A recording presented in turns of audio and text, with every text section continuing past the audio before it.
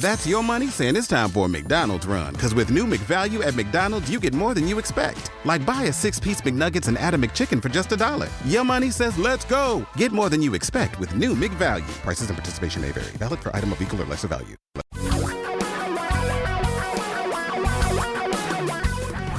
Reality radio for a really great future. We're talking real money.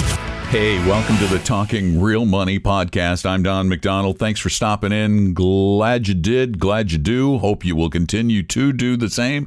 And tell a friend or two or 10 or 100. 855-935-TALK is the number you can call to get questions answered. We don't have any in queue, so we're not going to do any phone calls today. You can, again, coming up on Saturday. What is the date? Oh, the 12th. I should know that. It's my wedding anniversary. On Saturday the 12th, you'll be able to call us with your live questions at 855-935-TALK. You see, that works all the time. We'll be in studio taking your questions live between 3 and 5 p.m. Eastern or noon to 2 Pacific time. 855-935-TALK. You can also send questions in to our website, talkingrealmoney.com. We got one of those coming up for you. But I want to start first with this story I read just a couple of days ago in the Wall Street Journal. I read the Wall Street Journal every day. It's one of my go-to publications. I think their reporting is very good.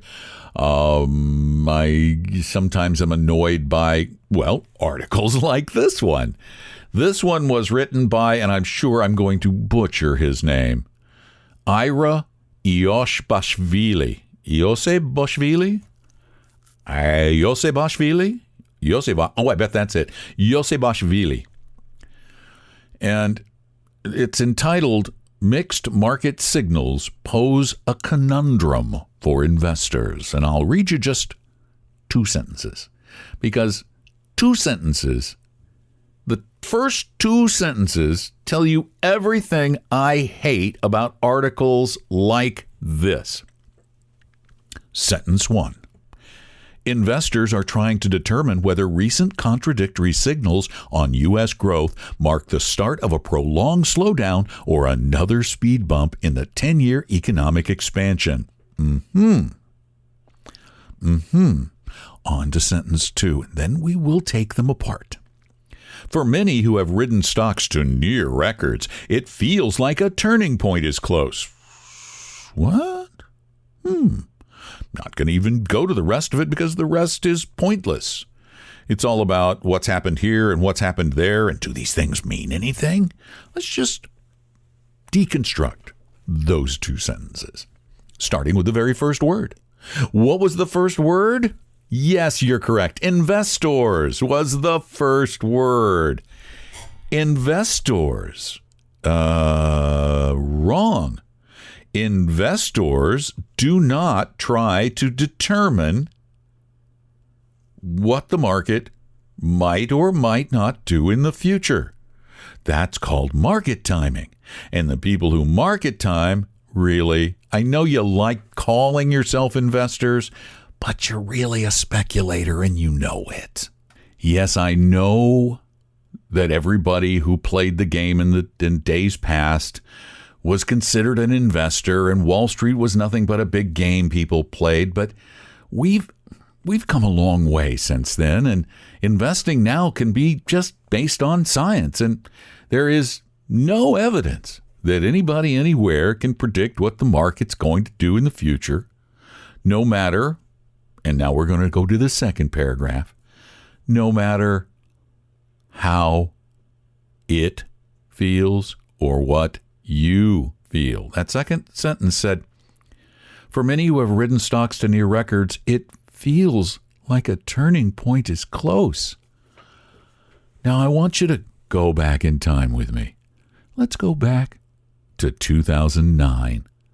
Let's go back to January of 2009. 2008 has been the worst year for stocks ever. How did you feel in January of 2009? Did you feel optimistic? Did you feel good about the stock market? Did you feel like, wow, I should mortgage the house, sell the kids, put everything into stocks? Because it's just gonna be incredible for the next 10 years starting in February. Yeah, February was when it turned. It was February. It was February. And it really, I mean, except for the occasional like 2018, the market's just been going up and hitting those new highs. That was also in that sentence. Near records. The stock market is supposed to keep hitting new highs. That's what it's always done. It was higher in 1940 than it was in 1930. It was higher in 1950 than it was in 1940, etc., etc., etc. Because why? Why do you think? Because the economy grew. Yeah, that's it. The economy, the global economy grew. You can't predict the future. You need to stop thinking you can. You're going to be so much happier once you stop that and stop reading articles like this silly thing.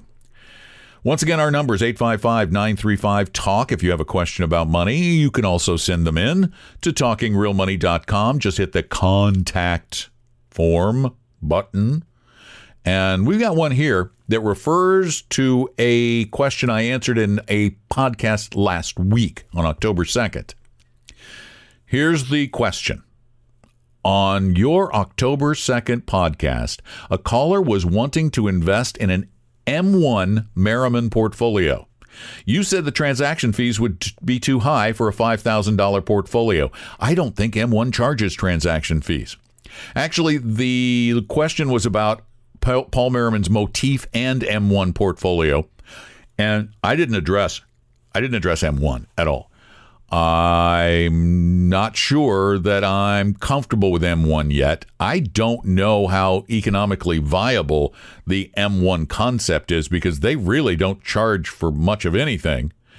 And they claim they're going to make a fortune lending out securities, hypothecating stocks, but they say they only do that on 5% of their portfolio, and they have $500 million under management, so they can't have very many stocks that they hypothecate they lend out, and they can't have much cash sitting around on which they're making money. So, you know, I don't have their financials in front of me, but my guess is they're hemorrhaging investor cash.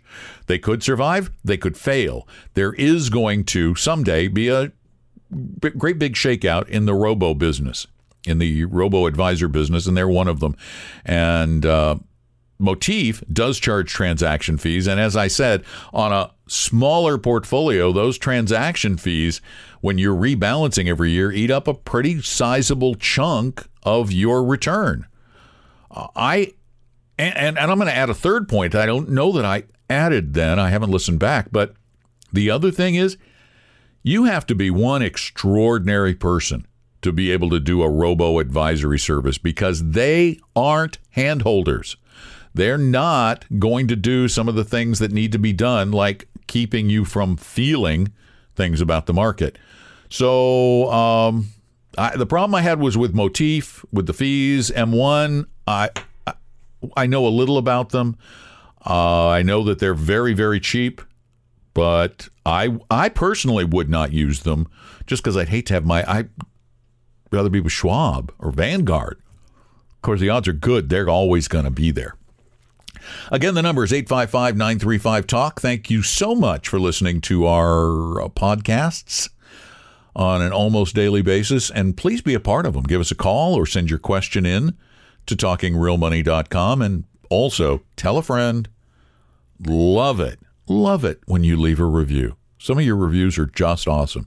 So thank you very much for that. We appreciate it. And we'll let you know about last Saturday's show, which we turned into a podcast. It got sent late to the editor, so I It might be ready on Wednesday. It will probably be Thursday and Friday before we get those up on the web. I don't know for sure, but just keep watching. We'll get them up there. Take care. Thanks for listening. I'm Don McDonald. Talking real money.